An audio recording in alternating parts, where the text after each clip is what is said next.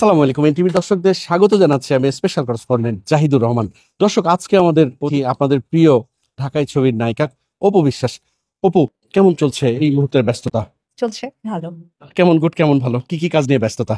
কাজ হচ্ছে এখন ব্যথা চলছে, এন্ডোসমেন্ট, ফটোশুট, মুভি নিয়ে প্ল্যানিং চলছে, বাট রাইট নাও শেয়ার করতে চাচ্ছি না।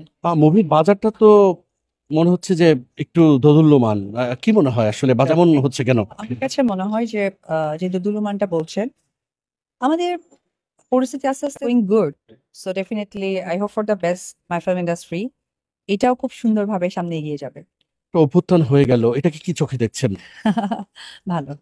আব্রামের কথা একটু শুনতে চাই। আমার সন্তান ভালো আছে, দোয়া করবেন ওর জন্য।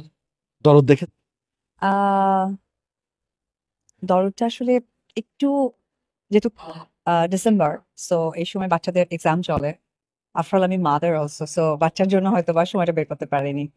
দরদ নিয়ে কেমন বুঝছেন, কেমন সাড়া পেল দরদ? দরদ নিয়ে সারা ফোর্স ভালো, Bangla cinema day by day অনেক বেশি ভালো জায়গায় যাচ্ছে। সো এটা একজন বাংলা অভিনেত্রী হিসেবে এটা আমাদের কাছে রিয়েলি লাকি। টিভির দর্শকদের জন্য কি বলবেন?